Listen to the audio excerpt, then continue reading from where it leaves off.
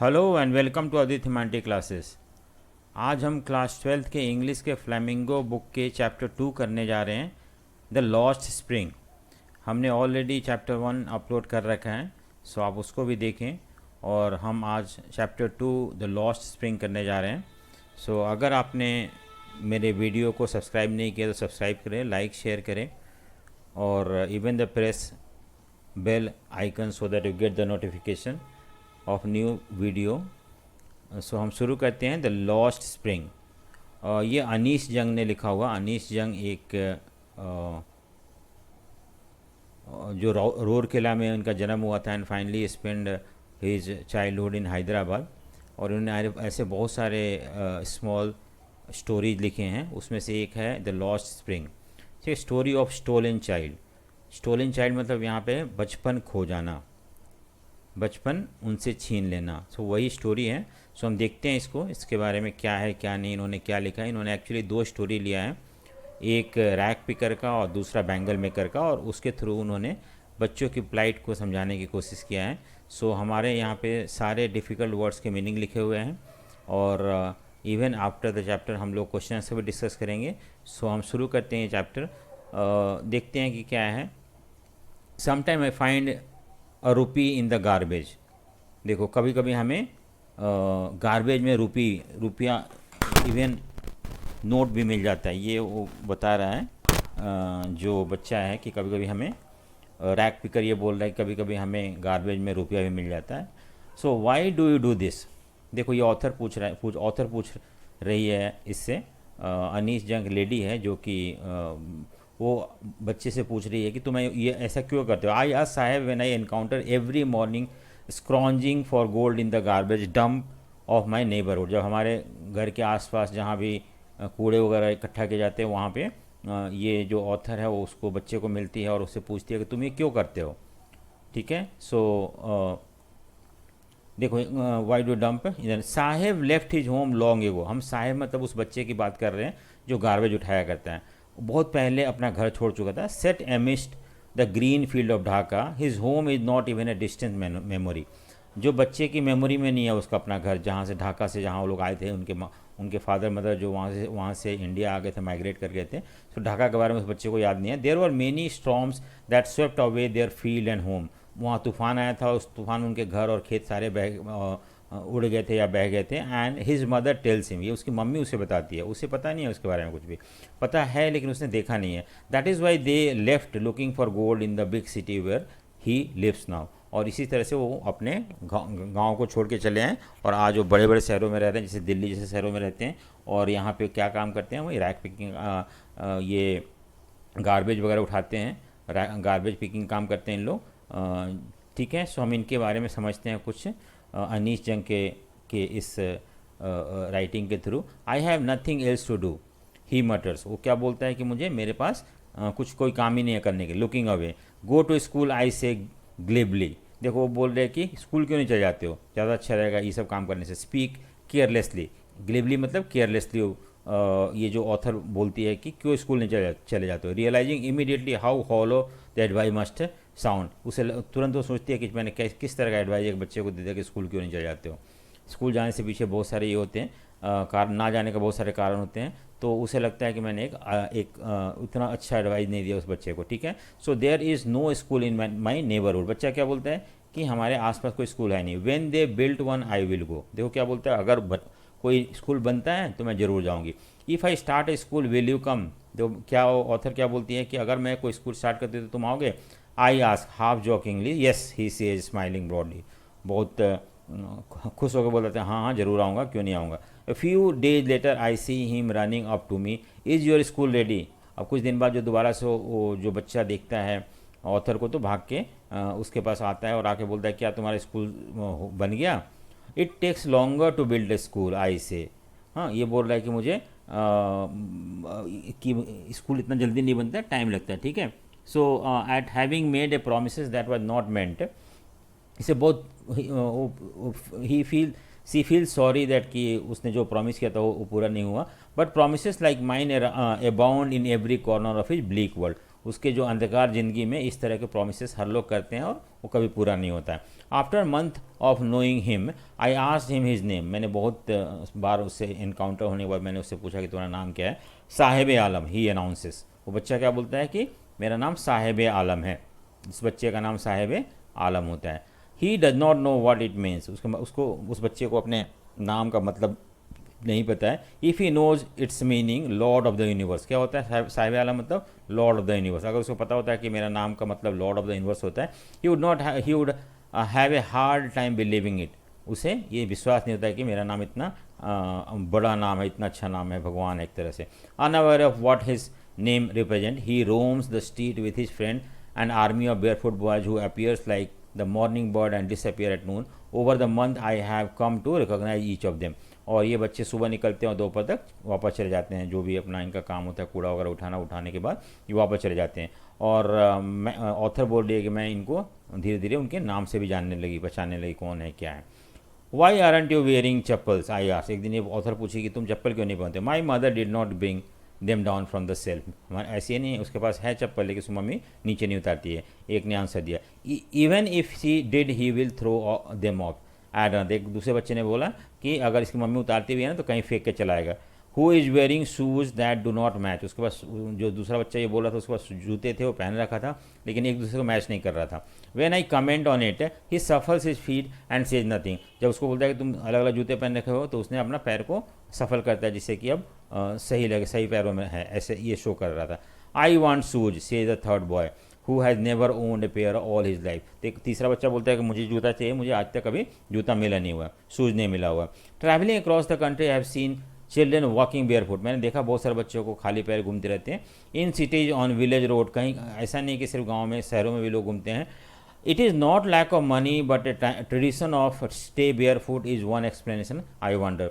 ऐसा जब पूछो क्यों आप जूते नहीं पहनते हो तो वो लोग बोलते हैं कि नहीं नहीं ऐसा नहीं है कि पैसा नहीं है हमारे पास, ये हमारा ट्रेडिशन है खाली पैर चलने के लिए, इसलिए हम लोग चलते हैं। ठीक है। If this is only an excuse to explain away a perpetual state of poverty. ये एक्चुअली एक बहाना है कि हमारे पास पैसा होते हुए मैं नहीं पहन रहा हूँ, लेकिन एक्चुअली क्या है कि बहुत गरीब है, इतना गरीब है कि वो they can not afford to buy slipper also. So I remember a story of a man from Udupi once told me. Udupi एक जगह है कर्नाटका में, तो वहाँ का स्टोरी ये अनीश जंग को किसी ने बताया था। Once told me as a young boy he would go to school past an old temple where his father was a priest.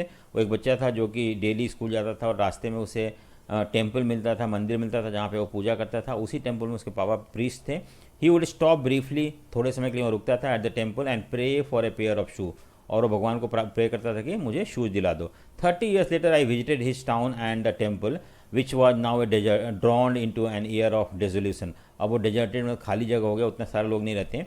In the back yard, पीछे की तरफ मंदिर के पीछे, where live the new priest, अब नया priest रहता है। There were red and white plastic chairs, वहाँ पे चेयर पड़े हुए हैं। A young boy dressed in a grey uniform wearing socks and shoes arrive panting and throw his bag on the folding beds. और एक बच्चा आता है स्कूल से भाग के और अपना बैग वहाँ पे सामने जो फोल्डिंग बैग रखा हुआ था, बेड रखा हुआ था, उस पर फेंकता है।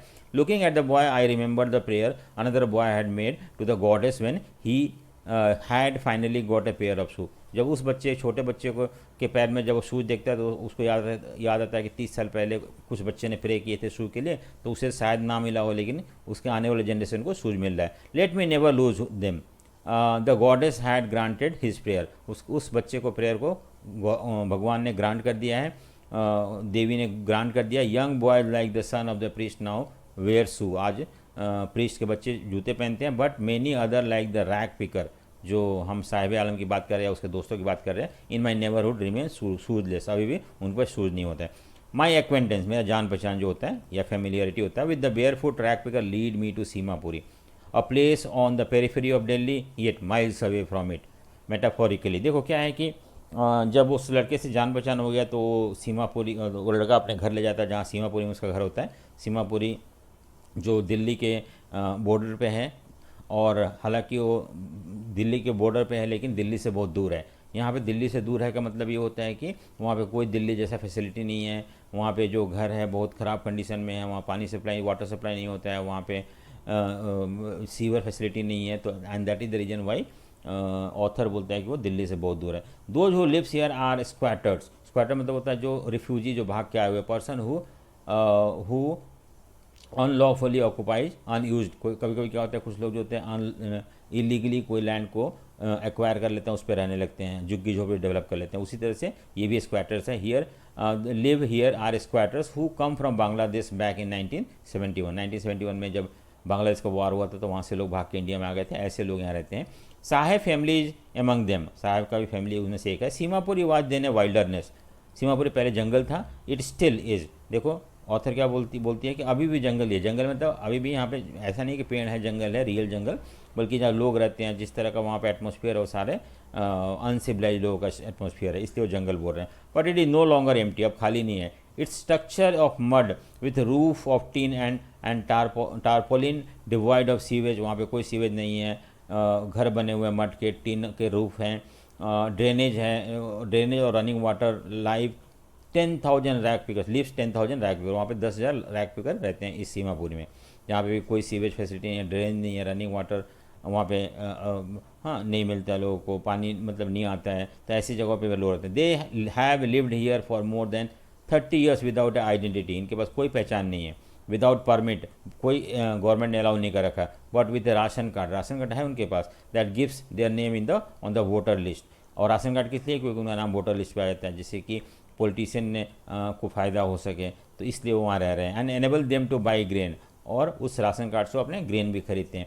Food is more important for survival than and identity. वो क्या बोलते हैं उन लोग कि उनके लिए फूड जो है ज़्यादा इंपॉर्टेंट है, पहचान हो या ना हो, खाना तो मिल रहा है ना। If at the end of the day we can feed our family and go to bed without an aching stomach, we would rather live here than in the field that gives us no grain. देखो क्या बोल रहे हैं वहाँ के family, Seemapuri में जो family हो क्या बोल रहे हैं कि अगर हमारे बच्चों को खाना मिल रहा है, हमें खाना मिल रहा है, रात को सोते हैं हम, सो सकते हैं खाना खा के, तो हमें क्या ज़रूरत है यहाँ से जाने का, क्या ज़रूरत है हमें ग्रीन फील्ड और ढाका जाने का।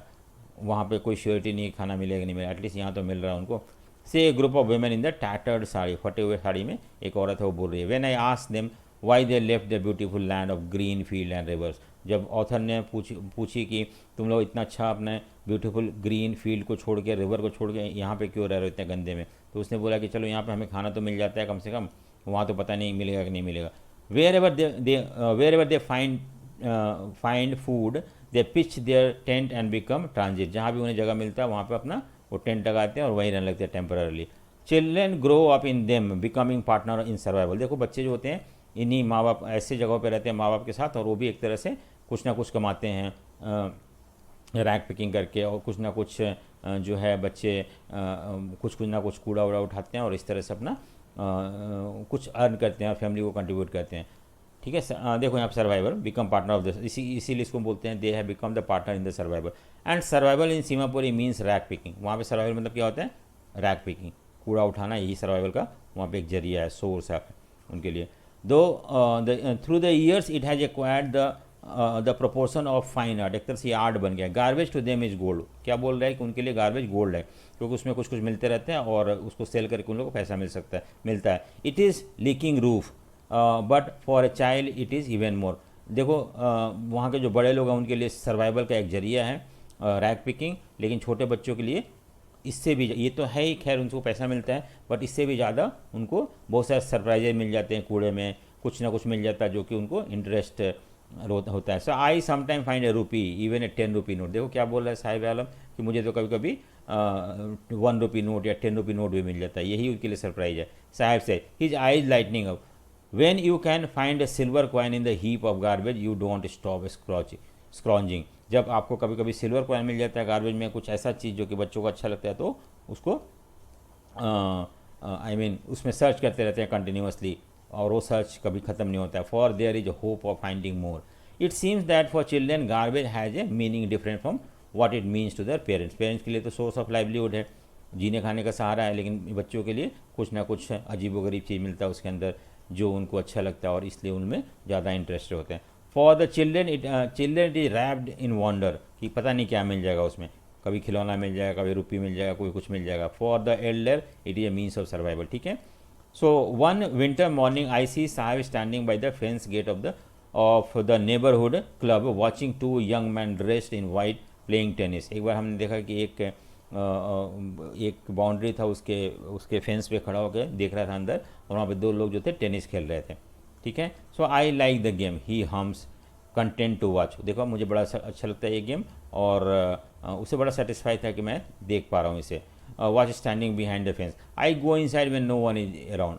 और साहिब आलम क्या बोल रहा है ऑथर को कि मैं कभी कभी अंदर भी चला जाता हूँ जब कोई नहीं रहता है तो। The he admits the gatekeeper let me use the swing. जो वहाँ पे गेट कीपर है वो कभी कभी कोई नहीं होता तो इसको अलाउ करता है, वो जाके स्विंग झूले वगैरह झूलता है उसके अंदर, क्लब के अंदर, ठीक है। साहेब टू इज़ वेयरिंग टेनिस शू। देखो आज साहेब भी टेनिस शू पहन रखा है। That look strange over his discoloured shirts and shorts. उसके पैंट और शर्ट पे वो उस तरह का शूज जो है अच्छा नहीं लग रहा। Someone gave them to me he says in the manner of an explanation. और जब वो ऑथर ने उसके जूते की तरफ देखी तो उसने बोला किसी ने दिया है हमें।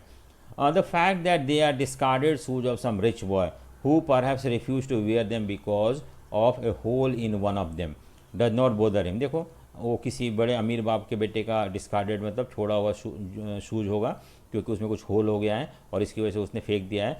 For one who has walked barefoot even shoes with a hole is a dream come true. ऐसे बच्चों के लिए जो कि खाली पैर घूमते रहते हैं उनके लिए तो जूता जिसमें होल है तो भी कोई बात नहीं, कोई फ़र्क नहीं पड़ता है। But the game he is watching so intently, जो गेम वो इतना पैशनेट होकर देख रहा है आउट ऑफ हिज रीच, वो वहाँ तक वो कभी नहीं पहुँच सकता है, ठीक है।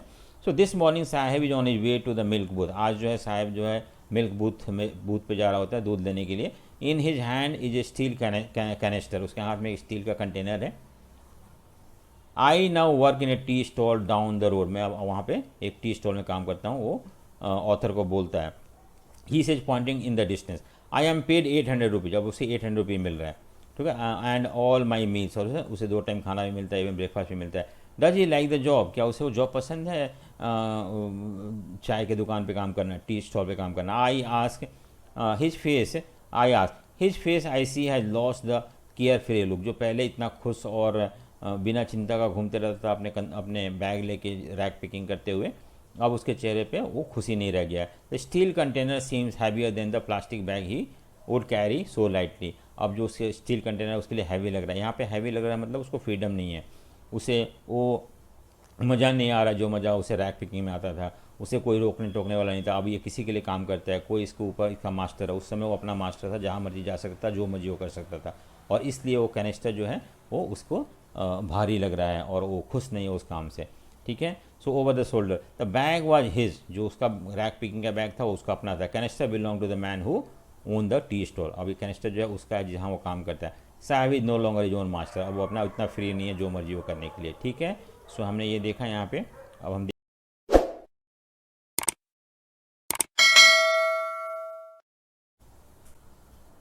हाँ, तो सेकेंड स्टोरी है इसमें, I want to drive a car, ठीक है। सो यहाँ पे मुकेश एक लड़का है, हम उसके बारे में समझेंगे क्या है कौन है। सो वो बोलता है कि मैं कार ड्राइव करना चाहता हूँ, ठीक है। सो मुकेश ये स्टोरी का अपना हीरो है यहाँ पे। मुकेश जो है insist on being his own master. देखो मुकेश अपना मास्टर बनना चाहता है, वो खुद का कुछ काम करना चाहता है। I will be a motor mechanic he announces. वो बड़ा फक्र से बोलता है कि मैं मोटर मैकेनिक बनना चाहता हूँ। Do you know any thing about car I ask. इसने जो अपनी अनीश जंग है वो पूछती है कि क्या तुम्हें कार के बारे में कुछ पता है। I ask I will learn to drive a car. मैं सीख जाऊँगा, वो बच्चा बोलता है, मुकेश बोलता है। He answers looking straight into my eyes his dream looms like a mirage amidst the dust of street that fills his town Firozabad famous for its bangle। देखो उसका जो जो इतना डिटरमाइंड होकर बोल रहा है कि मैं मोटर मैकेनिक बनूंगा, ये एक तरह से एक मिराज टाइप का लग रहा है, जो कि पैटर्न बन जाता है डेजर्ट में और फिर ख़त्म हो जाता है। इसी तरह से लग रहा है कि उसका जो ड्रीम है वो थोड़ा धुंधला हो जाएगा और ख़त्म हो जाएगा, विल डिसअपियर सून। तो इस तरह का मिराज लग रहा है। द डस्ट ऑफ, ठीक है। Every other family in Firozabad is engage in making bangles. हर आदमी वहाँ बैंगल बनाता है। It is the centre of India glass blowing industry where families have spend generation working around furnace welding glasses making bangles for all the women in the land it seems. तो यहाँ पे हर family जो है bangle बनाता है। वो furnace मतलब आग जहाँ जलता है उसके सामने बैठ के वेल्डिंग करता है ग्लास को, और फिर उसको सोल्डरिंग करता है एंड फाइनली बैंगल बनाता है, साइन करता है। सो मुकेश फैमिली भी उन्हीं में से एक है। Now none of them know that it's illegal for children like him to work in the glass furnace with high temperature in dingy cells without air and light. देखो उन बच्चों को या उन फैमिली को शायद ये नहीं पता है कि इस तरह से छोटे छोटे बच्चों को काम करवाना इलीगल है, अकॉर्डिंग टू लॉ नहीं है। और वो इतना हाई टेम्परेचर में फर्नेस मतलब भट्टी के सामने बैठ के काम करते हैं और वहाँ पे लाइट नहीं है, अंधेरे में। That the law if enforce could get him and all those 20,000 children out of the hot furnace where they slog their day lights hour often losing the brightness of their eyes. देखो क्या बोल रहा है कि यहाँ पे जो बच्चे हैं अगर ये लॉ इम्प्लीमेंट करोगे तो चाइल्ड लेबर इलीगल है, तो करीब करीब 20,000 बच्चे जो है वहाँ अनएम्प्लॉयड हो जाएंगे, वहाँ पर उनको काम नहीं मिलेगा। और ये बच्चे जो है वहाँ पर पूरा अपना दिन स्पेंड करते हैं बंद कमरे में जहाँ पे कि रोशनी नहीं है। और इस तरह से ये बच्चे अपना जैसे थोड़ा बड़े होते हैं तो उनकी आँख खराब हो जाती है और अपना आई साइट लूज कर जाते हैं। Mukesh eyes beams as he volunteers to take me home. उसकी आंखों में चमक दिख रही थी जब उसने बोला चलो मैं तुम्हें अपना घर दिखाता हूँ, ठीक है, home which he proudly says is being build. क्या बोल रहा है कि मेरा घर बन रहा है और वो बहुत प्राउड होकर ये बोल रहा है। We walk down the stinking lanes choked with garbage past home that remains hovel with crumbling walls, wobbly doors, no window, crowded with families of human and animal coexisting in the primeval state। देखो क्या है कि जब वो लेके जा रहा होता है तो ऐसे गलियों से गुजर रहा होता है जो कि जिसमें बदबू आ रहा होता है और सब जगह गार्बेज पड़ा हुआ है। और देखो यहाँ पे चौक मतलब फील्ड विथ ओपन शेड पे घर बनाया हुआ है, वहाँ पे लोग एनिमल और ह्यूमन दोनों साथ में रह रहे हैं, जैसे कि एंशिएंट इंडिया में रहते थे या जंगलों में लोग रहते थे, इस तरह के रह रहे हैं, ठीक है। सो उसके बाद क्या होता है कि वो जाके एक दरवाजे पे अपने पैरों से पुश करता है और दरवाज़ा खुल जाता है, टूटा हुआ gate. We enter a half build shack. वो एक ऐसे घर में एंटर करता है जो कि आधा बना हुआ है, हाफ बना हुआ है। In one part of it thatched with the dead grass is a firewood stove over which sits a large vessels of sizzling spinach leave. और वहाँ पे एक कोने में जो कि ऊपर से सूखे घासों से छत बनाया हुआ है उसके नीचे एक स्टोव जल रहा होता है, उस स्टोव पे कुछ आग जल रहा होता है और वहाँ पे पालक जो है, स्पाइनच मतलब पालक के लीव्स बैठाए हुए थे और बन रहा था। On the ground in large aluminium platters are more chopped vegetable. और भी वेजिटेबल नीचे रखे हुए थे, फ्रेल मतलब weak. A young women is cooking the evening meal for the whole family. एक औरत थी, यंग वुमेन थी जो कि पूरा फैमिली के लिए खाना बना रही थी शाम का। Through eyes filled with smoke she smiles. उसकी आंखों में धुआं स्मोक्स भरे हुए हैं फिर भी वो हंस रही थी। She is the wife of, कौन है वो? Wife of Mukesh elder brother, Mukesh के जो बड़े भाई है उसकी बीबी है वो। Not much older in year she has begin to command respect as a bahu, the daughter in law of the house already in charge of 3 men। हर हस्बैंड अपने मुकेश के भाई, बड़े भाई को देखती है, मुकेश को देखती है और उनके फादर को भी केयर करती है, उनको खाना बना के देती है, ये सब करती है। हालांकि इतनी बड़ी नहीं है फिर भी इन लोगों को खाना वगैरह बना के या घर को देखती है। When the older man enters she gently withdraw behind the broken wall and bring her veil closer to her face. जब भी कोई बड़ा आदमी घर में घुसता है तो अपना जाके वॉल के पीछे अपने आप को छुपा लेती है और अपना घूंघट को नीचे कर लेती है। वेल मतलब घूंघट होता है, नीचे कर लेती है। As custom demand daughter in law must veil their faces before male elders. ये कस्टम है कि जब भी कोई मेल एल्डर आता है तो जो डॉटर इन लॉ या बहू होती है वो अपना घूंघट नीचे कर लेती है। In these case the elder is the impoverish bangle maker. इस केस में मुकेश का फादर हैं जो कि गरीब फादर हैं ये। Despite long years of hard labour first as a tailor, पहले वो टेलर काम करते थे मुकेश के father, then a bangle maker, अब बैंगल मेकिंग करते हैं। He has failed to renovate his house, इन्होंने अपने घर को आज तक रिनोवेट नहीं करा पाया। Send his 2 sons to school, अपने बच्चों को स्कूल नहीं भेज पाए। All he has manage to do is to teach them what he knows, वो सिर्फ वही सिखा पाए जो जानते हैं, क्या है? Bangle making. तो ये भी अपने बच्चों को वही एजुकेशन दिए हैं कि कैसे बैंगल बनाया जाता है। इन्होंने ना स्कूल भेजा है ना कोई और दूसरे काम के लिए इन्होंने कुछ कर पाए हैं। It is his Karma his destiny says Mukesh grand mother, वहाँ मुकेश की ग्रैंड मदर भी है और वो बोलती है कि ये उसका कर्म है, उसका डेस्टिनी है जो कि ये कर रहा है। Who has watched her own husband go blind with the dust from polishing the glass of bangle, जो अपने हस्बैंड को देखिए काम करते करते बैंगल बनाते बनाते बैंगल को पॉलिश करते करते जो शीशे के टुकड़े होते हैं, पाउडर टुकड़े, वो सारे आंखों में चले जाते हैं और इससे वो अंधे हो जाते हैं। उन्होंने देखा है। Can a god given lineage ever be broken, क्या भगवान ने जो हमारा भाग्य डिसाइड करिए उससे हम बाहर निकल सकते हैं? सी इम्प्लाइज, वो बोल रही है। Born in the caste of bangle making, they have not seen but bangles in the house, in the yard, in every other house, every other yard, every street in Firozabad. Spiral of bangles, sunny gold, paddy green, royal blue, pink, purple, every color born out of the seven color of the rainbow. Lie in the mound in unkept yard are piled on four-wheeled handcraft pushed by young men along the narrow lanes of the shanty towns. देखो क्या बोल रहे हैं कि उसने, क्योंकि उसने एक बैंगल के कास्ट, बैंगल मेकिंग कास्ट में जन्म लिया है, तो उसने सब जगह बैंगल ही देखा है। यार्ड में, घरों में, स्ट्रीट में, फिरोजाबाद में अलग अलग तरह के bangle, royal blue, pink, purple colour के, और जो इधर उधर पड़े हुए हैं सब जगह बैंगल ही बैंगल दिखते थे। ठीक है। So and in the dark hutment, और जो छोटे छोटे झोपड़ियों में, next to line of the flame of flickering oil lamp sits boys and girls with their father and mother welding pieces of coloured glass into a circle of bangle. और वहाँ पे जो झोपड़ी घर वगैरह होते थे उसमें छोटे छोटे बच्चे अपने मम्मी पापा के साथ बैठ के क्या करते हैं, अंधेरे में आग जल रहा होता है उस पर ग्लास को वेल्ड करते होते हैं और मोड़ते हैं, उस पर उसको जोड़ते हैं और इस तरह से उसको पॉलिश करते हैं। That is why they often end up losing their eyesight. इसी तरह से उनकी आँखें ख़राब हो जाती है, क्योंकि वो वेल्डिंग करते हैं या पॉलिश करते हैं ग्लास बैंगल को, और dust of glasses they enter into their eyes continuously and this make them blind one before become adult. जब वो बड़े होने से पहले ही अंधे हो जाते हैं। Savita, young girl in a dry pink dress, sits alongside an elderly women. एक औरत होती है जो अपने, एक लड़की होती है जो अपने बड़ों के साथ, अपने एल्डरली वीमेन के साथ बैठी हुई है। सोल्डरिंग पीस ऑफ ग्लास को जोड़ रही होती है, गर्म करने के बाद उसको बेंड करके जोड़ते हैं हम। ठीक है। So as her hand moves mechanically like the tongs of a machine, उसका हाथ अब मशीन जैसा काम करता है, क्योंकि वही जब से उसने होश संभाला यही काम कर रही है, तो स्पेशलाइज्ड हो गई है। I wonder if she knows the sanctity of bangle she help make. Author बोल रही है कि मुझे पता नहीं कि क्या उसे पता है बैंगल का क्या पवित्रता होता है।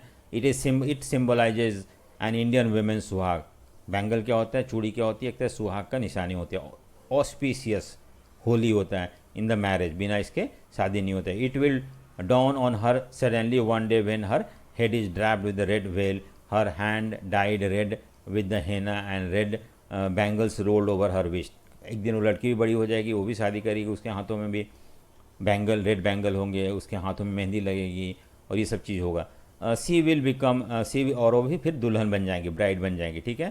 So like the old women besides her who become many years ago, she still has bangle on her wrist but no light in her eye. देखो जो औरत जो उसके साथ बैठ के, सविता के साथ एक बूढ़ी औरत बैठ के बैंगल बना रही होती थी, वो भी कभी दुल्हन बनी होगी। उसके हाथों में आज भी बैंगल है, लेकिन उसकी आंखों में आई साइट नहीं है। वो क्या बोल रही है, एक वक्त शेर भर खाना भी नहीं खाया। She says in a voice drained of Joy. उसके बातों में खुशी नहीं है कहीं से, और बोली कि हमने आज तक एक वक्त का खाना भी नहीं खाया। So she has not enjoyed even one full meal in her entire life. अपनी ज़िंदगी में उसने एक टाइम खाना भी नहीं खाया। लोग इतना भी नहीं कमा पाते हैं कि अपने आप को अच्छी तरह से खा पाएँ, अपने बच्चों को खिला पाए। That's what she has reaped. यही उसने आज तक काटा है, हार्वेस्ट किया है। Her husband an old man with a flowing beard says I know nothing except bangle. उसका हस्बैंड क्या बोलता है, मुझे कुछ नहीं पता, सिर्फ बैंगल बनाना आता है। All I have done is to make a house for the family to live in. मैंने आज तक अपने कमाई से एक घर बना रखा है जिसमें कि हमारे फैमिली रहते हैं। Hearing him one wonders. उसको सुन के कुछ लोग आश्चर्यचकित होते हैं। If he has achieved what many have failed in their life time. तो उसके बाद सुन के ये लगता है कि उसने तो बहुत बड़ा चीज़ अचीव कर लिया, अपने घर बना लिया है जैसे था घर, लेकिन बहुत लोगों ने तो ये भी नहीं कर पाए। He has a roof over his head. At least उसके सर पे एक रूफ तो है। ठीक है। So the cry of not having money to do anything except carry on the business of making bangle, not even enough to eat, rings in every house. इस तरह का कंडीशन हर घर में है जो बैंगल बनाने के काम में लगे हुए हैं। भूखे रहते हैं उन लोग, आई साइट लूज कर जाता है, वो कुछ इतना ज़्यादा कमान नहीं कर पाते हैं अपने बच्चों को अच्छा एजुकेशन दे पाएँ। The young man equals the lament of their elders. जो यंग लोग हैं वो बोलते हैं हम क्या करें, हमारे माँ बाप ने यही किया, उनके माँ बाप ने वही किया, तो आज भी हम भी वही कर रहे हैं। Little has moved with time, कुछ भी बदला नहीं है. It seems in Firozabad years of mind numbing toils have killed all the initiative and the ability to dream. वो इतना ज़्यादा एक्सप्लॉइट हो चुके हैं, इतना ज़्यादा परेशानी में उनका ज़िंदगी बीत रहा है कि उन लोगों को लगता है कि अब हमारे लिए कुछ और बचा ही नहीं है करने के लिए, यही करना है ज़िंदगी में और इसी से हमारा ज़िंदगी कटेगा.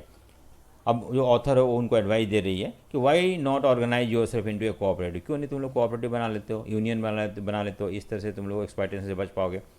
I asked A group of young man who have fallen into the vicious circle of middle man who trapped there father and four father. वो एक यंग मैन से पूछ रही है कि तुम लोग क्यों नहीं कोऑपरेटिव बना लेते हो, अगर कोऑपरेटिव बनाओगे तो आप एक्सप्लॉइटेशन से बच पाओगे. तो बोल रहे हैं कि हम लोग विशियस सर्किल में फंसे हुए हैं मिडिल मैन के, जो लोग हमसे सस्ते में ख़रीद के लेके जाते हैं, हमें उतना पैसा नहीं मिलता इतना मेहनत करने के लिए, और हमारे फोर फादर और फादर जो है इनके जाल में फंस गए हैं मिडिल मैन के. Even if we get organise we are the one who will be hold up by the police.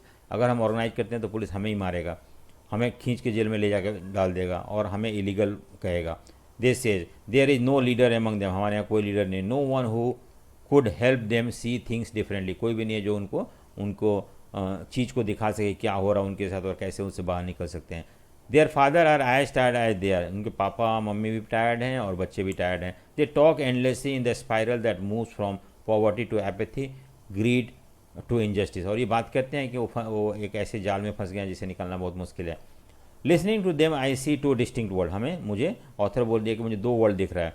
One of the family caught in the web of poverty, जो कि गरीबी के जाल में फंस गए हैं. Poverty burden by the stigma of caste in which they are born. The other vicious circle of Sahukar, the middleman, the policeman and the keeper of law, the bureaucrats and the politicians. तो एक तो है गरीबी का जाल में फंसा हुआ है और जो रैक पिकर है यहाँ पे इन लोग जो साहूकार, पुलिसमैन, ब्यूरोक्रेट्स इनके चंगुल में फंस के और इससे बाहर नहीं निकल पा रहे हैं. Together they have impose the baggage on the child that he can not put down. ये सब मिल के जो समाज है, हाई फाई समाज, उन्होंने मिल के एक ऐसा इनके ऊपर बर्डन डाला जिससे कि वो बाहर नहीं निकल पा रहे हैं.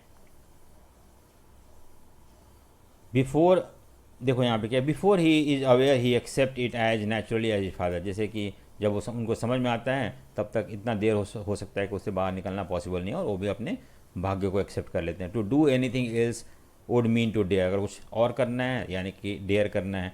And daring is not part of the growing up. और इन बच्चों के लिए जो कि गरीबी में जी रहे हैं, इनके लिए डेयरिंग उनके ग्रोइंग अप का पार्ट नहीं है. When I sense A flash in it of it in Mukesh I am cheered. मुझे और ऑथर बोल रही है कि जब मैंने देखा कि वो जो मुकेश के अंदर वो डेयरिंग अप है, वो कुछ और करना चाहता है, तो मुझे बड़ा खुशी हो रहा था.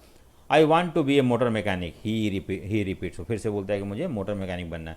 ही will go to a garage and learn, वो गैराज में जाएगा और वहाँ लर्न करेगा. But the garage is a long way from his home. यहाँ पे लॉन्ग वे मतलब ऐसा नहीं कि दूर है, लेकिन जिस जाल में फंसे उससे निकलना और जाकर दूसरा काम करना एक बहुत बड़ी बात है. And that is the reason why it is called it a long way from his home. I will walk, he insist, बोला मैं जाऊँगा यहाँ पे वॉक.